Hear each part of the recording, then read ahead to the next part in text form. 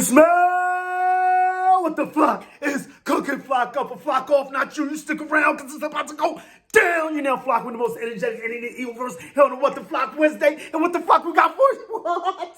Did I say it? Did I say it? Did I really say it? It sounded like I really said it. But what we got for your flock pots, what we got for the flock docs today in this therapy session in the new season. Training camp is here. New season. Do we call it a new season yet? We're in training camp. Day one. It's in full effect. And it's wild. So we're going to get into some training camp. We're going to get into some things outside the nest and all that and all encompassing. And man, it's just, I'm just ready to go. But before we go, let's keep the nest keeping out of the way. Let's get the nest keeping out of the way. Let's keep the maniac thing. Please like and subscribe. You about that fly, goose fly, drop a comment in that box if you're flying with the flock. Even if you're not, do remember, join that maniac thing, Noti gang. You hit that bell, you get a bang whenever I'm on this YouTube thing. Let's flock and fly. And while that's the maniac thing, let's keep the main thing. Hope this video finds you good vibes, good tides, fly, eagle, fly skies. If you're not there, hope this helps you get there, because we're about to go there. Oh yeah. Dude, I'm hype. I mean, we are finally here, and I just already lost my flocking notes, whatever the case may be. According to Jake Rabati, we are missing guys already in camp, man, and I'm pretty sure you guys already know that's actually the first line of business we got to get into. We found out late last night that Cooper DeJean wasn't going to be here due to a hamstring injury that he incurred or acquired in the offseason doing workouts on his own by his damn self. Damn it, man, because we know that's one of the things. I mean, like I told y'all yesterday, these cornerback battles are of extreme consequence, something that everyone's going to have their eyes on this whole training camp, preseason, whatever the flock may be going on, man. And I just can't wait. I'm here for it, but we're going to have to wait a little bit longer to see what happens with Cooper DeJean. There's some crazy news going on as far as where some guys are. Actually, one guy in particular. You guys already know who it is. But let's get these I words out of the way. We have placed, the Eagles have placed tackle Gottlieb, that guy, wide receiver Shaq Davis, and defensive back Cooper DeJean on the active non-football injury list, and safety Sidney Brown on the active physically unable to perform list. So I guess that BS out of the way, the things that we hate the most. But I mean, the good thing about the Cooper DeJean thing is the fact that we're hearing that it's going to be, it's minimal. He should be back in about 2 to 3 weeks. Minimal 2 to 3 weeks just doesn't seem like it adds up to me. But, I mean, better sooner than later. So he'll be back soon. And we've all seen what Sidney Brown has been doing in the offseason and the videos that he's putting out. And just things that the Eagles have put out themselves. Like, I believe the main thing that they're trying to get to is his lateral movement right now. And it's a work in progress. Physically unable to perform list as well. But I guess, that's to get more camp bodies in here. Keep people rolling in to see how to fill out these spots. I mean, I wouldn't even doubt, this is super far-fetched, but I wouldn't doubt them actually, keeping Cooper DeJean off to the side for, a while. I don't, rookie season, yeah, I don't even get my mind too far into that, because there's a whole lot of preseason, a whole lot of training camp, a whole lot to go on before we get into who's going to do what, when, where, why, and how. And I've fallen into this trap many a training camp. So we're just going to give it to you how they're giving it to us right now. No practice for Landon Dickerson either, or Brett Toth. They won't practice today for the Eagles. Landon Dickerson available, has never been an issue. You know that guy's got that. Zach Bond and Devin White were the first team LBs. I heard they sprinkled in a little bit of Nakobe Dean also. Isaiah Rodgers starting across Darius Slay. Straight off the bat. What did I say yesterday, y'all? This is where my head's at, dude. This guy, Isaiah Rodgers, is very intriguing to me. What are we going to do with that? We got the 2 young bucks. And furthermore, in previous years, we used to coaches saying they don't want to play these guys because, they're young and we're going to go with the vets and blah, blah, blah, blah, blah. However, it's come to my attention. I forget who said it. But the fact that Vic Fangio is the type of coach, he plays the young guys. He has no qualms. He doesn't care. He's going to throw the dudes out there. So, I'm definitely here for that, and I just can't wait to see how this thing pans out. Not to mention, we're calling Isaiah Rodgers. No, Isaiah Rodgers is a damn veteran. Missing a year, then I believe he had 2 years before that. This would have been his 4th, 5th year. Yeah, so, but it's just dope to see him out there with the starters. Isaiah Rodgers and Darius Slay out there with the starters. Zach Bond and Devin White also. We got also James Bradbury. This is the one that's, a lot of people, I know y'all want him up out of here. Initially, I was of the mind state that, you throw him in there. With the vets, you got his skill set lends itself to being an asset to Fangio's scheme. So I thought that may work out. But as it stands right now, he's starting off training camp as second string safety. That's big. That's probably the biggest news. Well, no, the biggest news. Well, the biggest, you know what? That's not the biggest news possibly. The best thing I saw today was they came out. I believe it was AJ. AJ signing autographs, and the kids all AJ. And then Brandon comes walking up, and the kids knows Brandon. They say Brandon. Then Brandon gets on his knees, pause, and he acts like he's one of the kids. Asking AJ, asking for his autograph. It was pretty damn dope. Brought sunshine to my day, brought a light to my eye. I don't know, I'm going crazy. Thank y'all for being here for the therapy because I'm too excited, dogs. I told y'all, like, I'm gonna have to temper this down because it feels like football. Oh, no, it's not back. Fake football is back. You know, it got us all hyped. We're getting reports on real things that are happening, things that may be of no consequence at all. But I'm here for it because I'm a fucking maniac. And I'm so pumped, so hyped that Eagles football is kind of sort of back.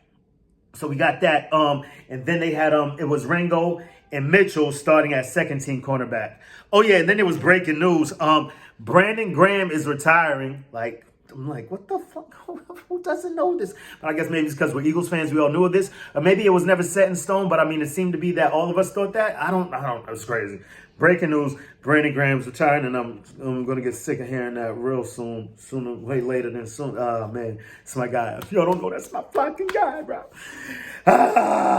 Speaking of guys, but, you know, Brandon Graham's out, and speaking of other guys that have left, I believe, what's his name, Harris, we had him at safety. Well, he came in training camp last season. He was, I believe, our starting safety the year before that. And he's in a coaching. He's here as a coaching capacity this year, so that's pretty damn dope. We've had, like I said, we had Ringo and Mitchell starting as the second team cornerbacks. Then you've got an early training camp rotation to Kobe Dean and Kelly Ringo now getting first team reps for Zach Bond and Isaiah Rodgers. So they're mixing that thing up, which is pretty flocking awesome to see. I believe I heard Dave Zingaro and Ruben Frank intimating those same things yesterday, saying that that's probably what was going to happen. Anthony Harris is the safety working with the Eagles staff this summer. So that's pretty dope. You know, he was a well-respected Eagle, well-respected NFL football player. He's done a lot in this league. I believe he's led to what he said. I believe he says it right here. Cut their losses, Anthony Harris working with parts of 2 seasons with the team. Once led the NFL in interceptions, was a respected player in the league. Thanks, Jake Rabati. I used to have a homeboy named Joe Rabati. So that's why I'm freaking out right here. It's twisting me up. And then James Berry, at some point, they're expecting the Eagles will cut their losses and move on. That's wild. Eli Ricks getting some second-team cornerback reps across from Keely Ringo. Jalen Hurts to Dallas Goedert in stride for a touchdown. Let's flock and go. And then the other craziest news of the day says Mekhi Becton, Mekhi Becton just puked. So they said it was like about 5 heaves, 10 heaves, whatever. He got right back on the field from what I'm hearing, and like 2 plays later. You got Jalen Hurts and others scheduled to meet with the media. We're going to get into that in a second. And all that. And it's, you know, it's pretty dope. I like to hear the things that I'm hearing coming out of camp so far. Another dope point. It says something about, what's my boy? Why is this? You know what? Get the hell out of here. You got Hurts looks sharp, hit Goddard for a nice 35-yard TD. Like I just said, 15 of 16 and a TD. Woo! What? Greatest quarterback out there. You gotta be kidding me, bro. 15 to 16 for a TD, and it's the Dallas Goedert. Not to mention the offensive playbook looked different from last year. You got some pre-snap motion being utilized. That is dope. Tyler Steen, another battle that we're quite intrigued at. Tyler Steen starting at right guard for the day. Him and Becton, from what we're hearing, are going to be going back and forth for that. And like I said before, Zach Bond and Devin White got the first team snaps off the back at first today, and it's just super dope to hear. Football is back. Things to be reported on, and not to mention, after that, of course, they went to the podium, which is one of my favorite things, because I don't know, I mean, even though it's a lot of lip service, a lot of guys saying a lot of nothing, I don't know, much like I say about everything related to the Eagles, I am here for it. I'm with the ishes and gishes. So let's flock and go. First step up was, I believe it was Nick Sirianni and Howie Roseman. Nick and Sirianni and Howie busting the stupid dope moves. Howie busting the stupid dope moves. Howie Potter waving that magic wand. Let's fucking go. Training camp takeaways. Look, it's all, oh man, this is what I live for. Like, just alerts, all kinds of things coming through nonstop. Did I even hit record? I'm crazy. And we got, all right. So basically, I feel that Nick and Howie, they always go up there with their comedy act. They do their thing. It's funny as hell. They seem to have a great rapport. I love it. It works for us. And it's a great thing. I won't even say, however, just in addition to that, I guess it was more word garden salad from Nick Sirianni. Didn't feel like Nick's and Sirianni today. It was more the guy like he's planting plants and he's making salad from those plants with the roots. Because he was just saying things that didn't really come across coherent or anything. Like if you know people, you know their personalities and you get to know them, and that's what really matters, not what the stories are about. But bro, we asked you, what's the deal with you and the homie that we've been hearing all summer? And I figured, I've been saying all summer that, people are making nothing out of nothing. There's really no there. There's nothing going on. These dudes are good. Y'all are bugging. Like, relax.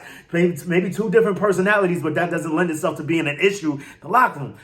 But I guess being with their personalities, it's like if one day one dude's talking, as far as their relationship goes, one dude is talking clean, straight, and everything cut, clean, dry, like straight across the board, it's straight up front, it's real.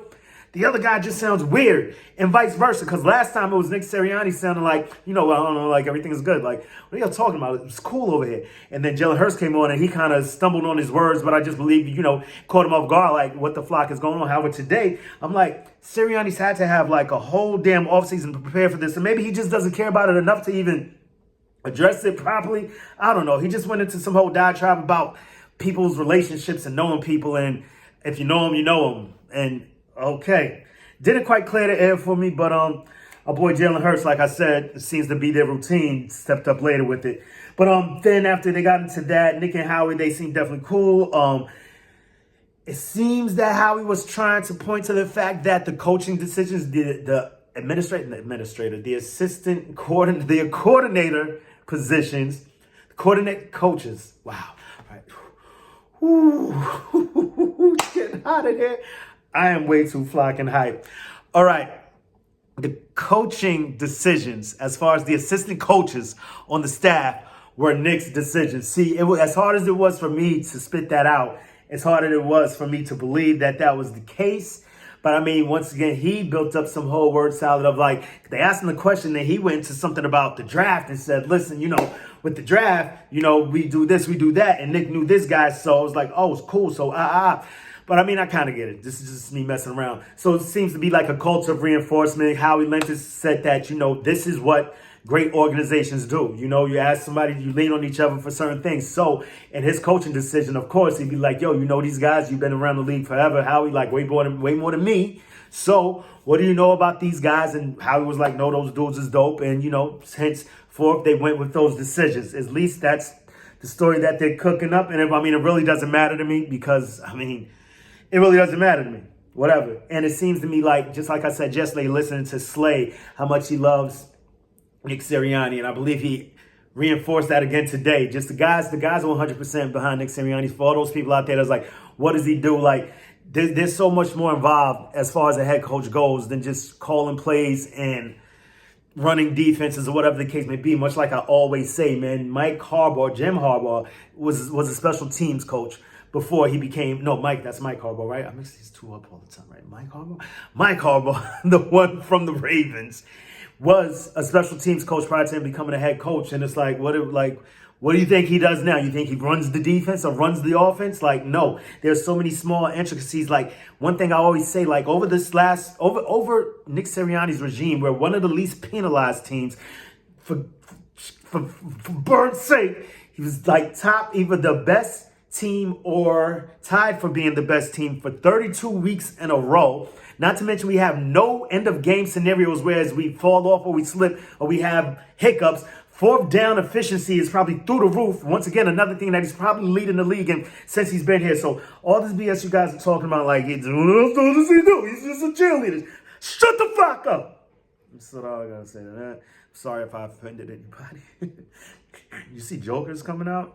It looks pretty dope. Then you got, like I said, a reinforcement called Culture of Reinforcement. Sirianni exclaimed the continuity, instilled confidence in me, and I hope the rest of the fan base when he spoke to everyone thinking about the turnover that's going on. I believe there was way more turnover last year than there was this year. I believe at least in this effect.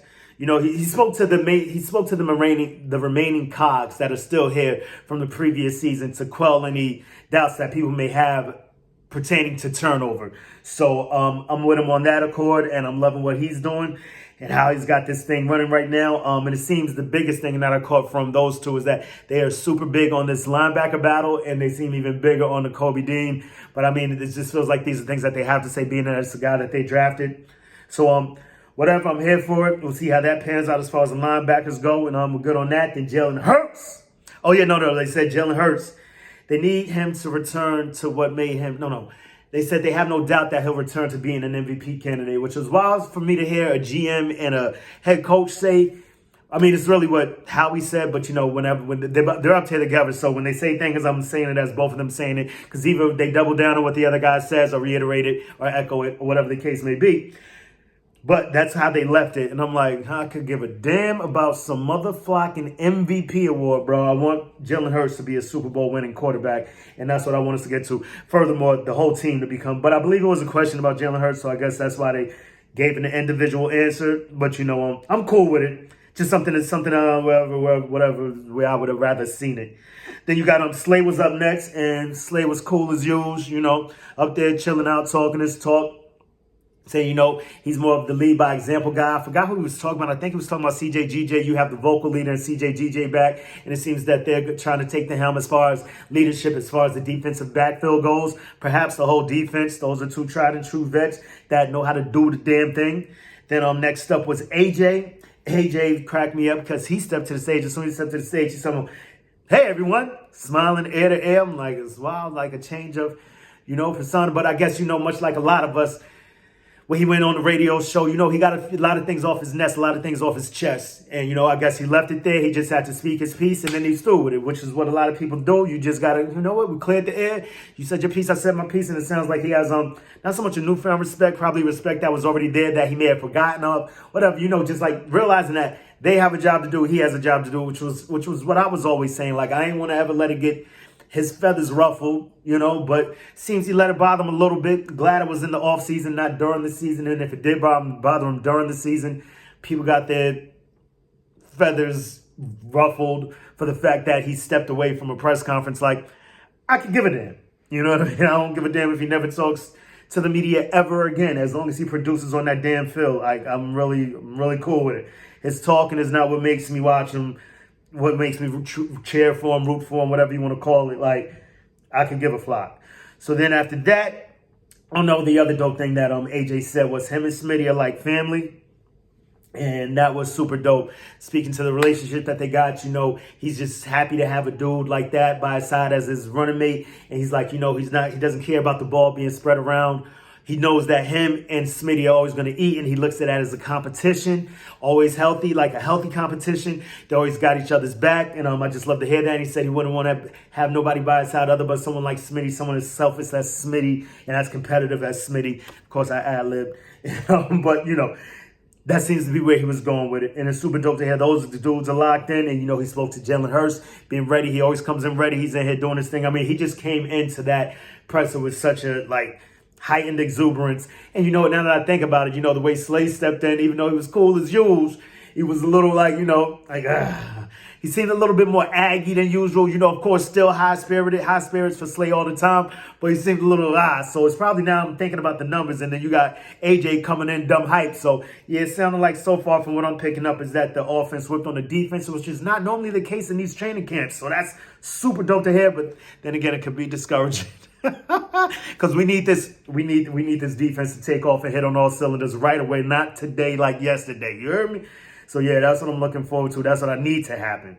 Then after that, like I said, next up was your boy Hurts, Jalen Alexander, the great Hurts, H1M, my quarterback. He goes up there and he immediately shuts the press down. Like before they could even get a breath out.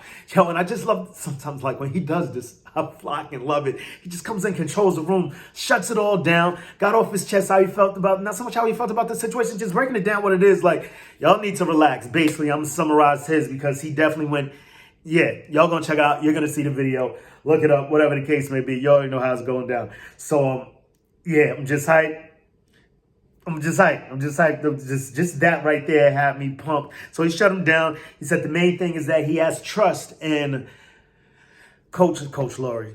and the owner, Esteban Laurie, how he busting stupid dope moves, and Coach Nixon Sirianni. He has faith, he has trust in all of them dudes and what they're trying to build as a foundation. And I believe they already have that foundation. So I think everything is good to go on that end. And I hope we can just close the book on that. Because, I mean, whether it is or it isn't, I mean, if like, just think about it. Yeah, y'all going to be mad at me. I'm talking about some stuff. But, Parcells and Sims couldn't stand each other. You look at Brady and Belichick, it doesn't seem like those dudes like each other. By all means, it would be great for everyone to love everybody all the time and kumbaya and all that. But this is football, y'all. Sometimes you need that energy to bounce off each other, to push you further, to fly to higher heights. Fly, Eagles, fly. And I mean, I'm with it. But I mean, I don't think there's anything there. But if there is, I could give a damn. Let's get to football. Now, if it affects our football, then of course there's a reason to cause for pause and to chill the flock out. Move on from. But as it stands now, I don't really think it's an issue. We're talking about 3 straight playoff seasons, 2 10-win seasons in a row. Like, let's and a Super Bowl appearance. So then, like I said, once again, 31, 32 straight weeks of being the best, or tied for the best in the league. Man, that is, I don't know why that's not talked about more. Like, it's crazy. It is what it is. So then you had that. After he spoke on that, he was speaking to last year and the fact that he didn't feel like he had the right rapport with the secondary guys, for lack of a better term. When you're talking about the Olamide Zacchaeus, is one of the Cam Dawson Joseph and just other guys other than the main guys that he normally throws the ball to. So they asked him why. I believe this is what they asked him, because it's another thing I always gripe about is the acoustics in that damn gym or what, and wherever they're doing their presses at. Like, you can never hear anything Philadelphia media is asking. But it sounded like they were asking something towards, why did he hang out with the young dudes this offseason? And he said he built a foundation with the young boys that he doesn't feel was forged last season. So that's awesome to hear, just getting out there, building a rapport with the young guys so that when the situation arises, if it ever does this season, you've already got the answers. Or at least you have a foundation to stand upon when you do have to address these issues. So I'm super pumped about this. Is so dope. Football is back. And then Saquon stepped up. And his energy was just awesome, man. The dude is just mature beyond his years. I mean, but then again, I mean, I was like about that mature when I was like 18. So I don't know, like, these dudes are crazy when they say things like this. But I mean, like, he's up there, he's doing his thing, talking his talk.